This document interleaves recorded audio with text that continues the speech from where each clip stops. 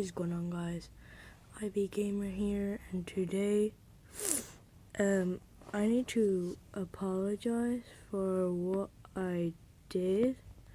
I took a day off YouTube because I was lazy, literally.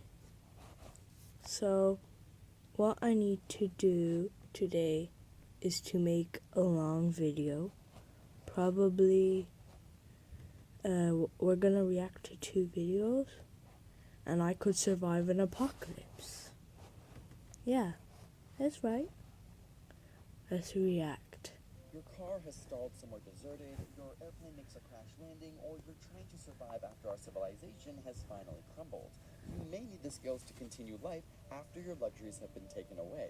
But how? The main necessities for survival are water, food, shelter, warmth, and clothing.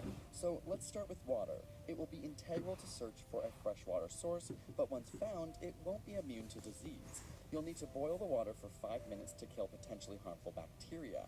And additional toxins are likely proteins that will denature at high heat. You can consume water from cacti by cutting off sections of the cactus and mashing them into a container. In colder climates, you can eat fresh snow, with dense ice being the best source. If you can't get to fresh water, dew can be collected in limp fabric, and rainwater can be collected from leaves and divots in rocks. Don't waste water on quenching your lips. You can suck on a button or pebble to help with dry mouth and thirst temptation. Once water is found, drink it slowly over a long period of time. This allows the body to utilize it efficiently and will inhibit nausea. Now for food. You'll have to suck it up and eat insects. Crickets, mealworms, and other critters are high in protein, vitamins, and minerals, which are essential to... What? Okay, guys, excuse me for 1 minute. Sorry, guys, I ended up having a problem, technical difficulties. So let's continue. Wolves and foxes will leave their caught prey if you appear, which you can then take. There will likely be lactic acid present in the meat if the prey had to run, so it will be tough and spoil faster than freshly caught, but if cooked immediately, it should be fine. After a month without vitamin C, you can start to feel weak as your body struggles to heal. Okay, I don't think that anybody would like to eat insects except for like wilderness people. But let's continue. This is because vitamin C is integral to biological pathways that build collagen, the structural protein that causes wound healing. Boiling spruce needles in water to create a tea will provide you with the equivalent vitamin C level as a fresh glass of orange juice. One of the easiest animals to capture is rabbit, as they rely so heavily on camouflage and are easy to get close to once spotted.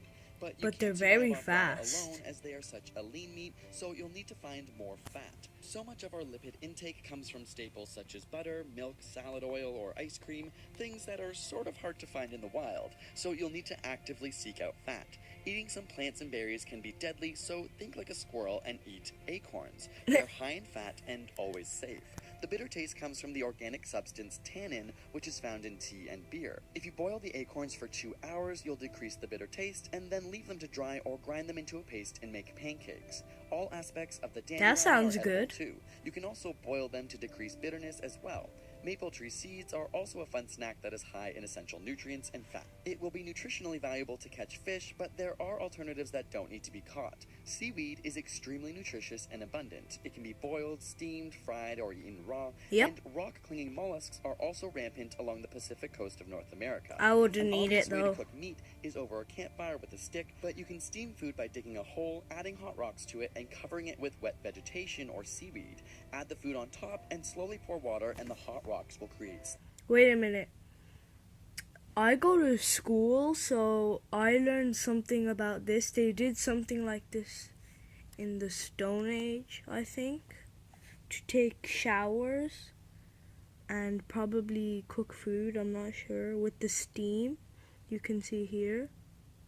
They would add water to it, so this, like, and they would put the dirt here, and so the steam couldn't escape and keep this food warm.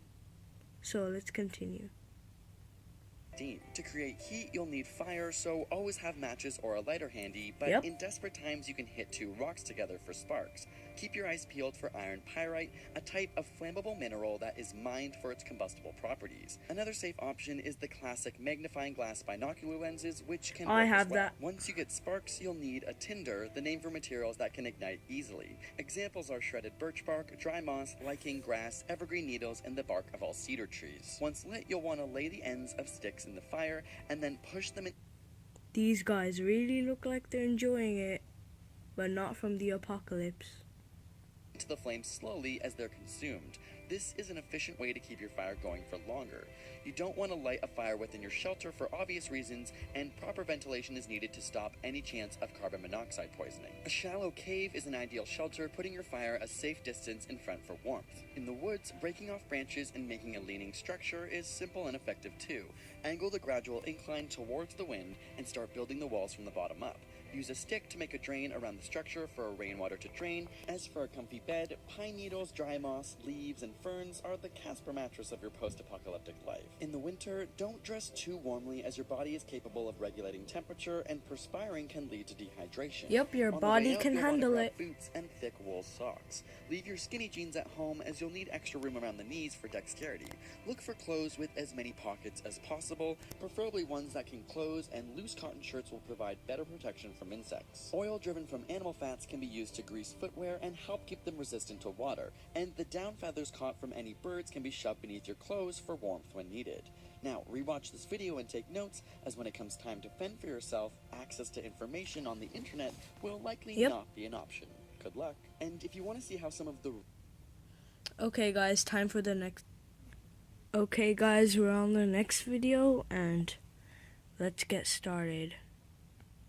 We all know to stay away from poisons, like mercury, where ingesting a 200 milligram dose would kill you, or polonium, which only requires 1 gram of vaporized substance to wipe out 50 million people. But did you know that 70 cups of coffee contains enough caffeine to kill a 70 kilogram person? This amount of caffeine can trigger heart palpitations or even cardiac arrest. Prefer alcohol as your beverage of choice? I don't drink 10 consecutive alcohol, I'm a shots can kid. be lethal too. Because alcohol is a depressant, the area in the brain controlling basic life functions like breathing and heart rate begin to shut down. Too much liquid in general can be dangerous as well. Though it takes a lot, water intoxication from around 6 liters causes brain cells to swell, leading to headaches, seizures, comas, and even death in extreme cases. But if you stop drinking water or consume too much salt, your cells will start to shrink, leading to the condition known as hypernatremia.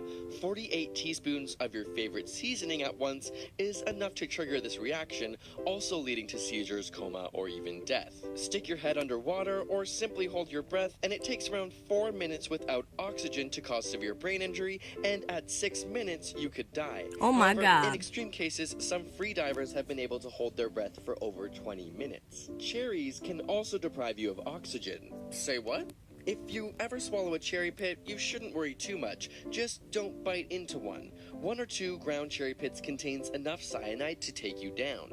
And these cyanide ions inhibit the enzyme cytochrome C oxidase, causing your cells to be unable to use oxygen. Speaking of a lack of oxygen, it's at around 8,000 feet above sea level that our bodies can no longer acclimatize to the limited oxygen. This is known as the death zone in mountaineering. Simply being too tall can also kill you. In the 1930s, Robert Pershing Wadlow reached 8 feet 11 inches. This height put severe stress on his circulatory system and structural pressure on his bones, and he died at the young age of 22.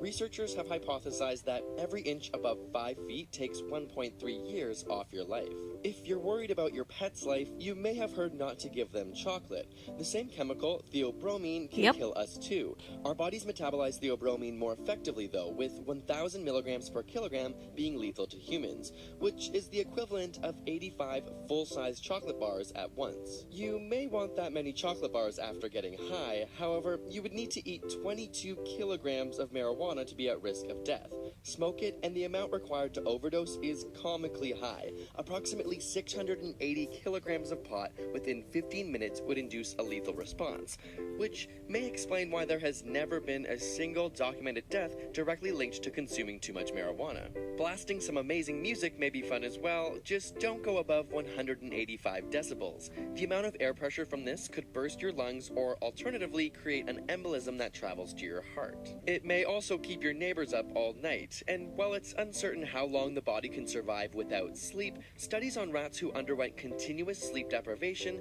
lasted around 2 weeks before dying. The world record in humans is just over 11 days, but surprisingly, no long-term effects were documented after he caught up on his sleep. Got a burning question you want answered? Ask it in the comments or on Facebook and Twitter.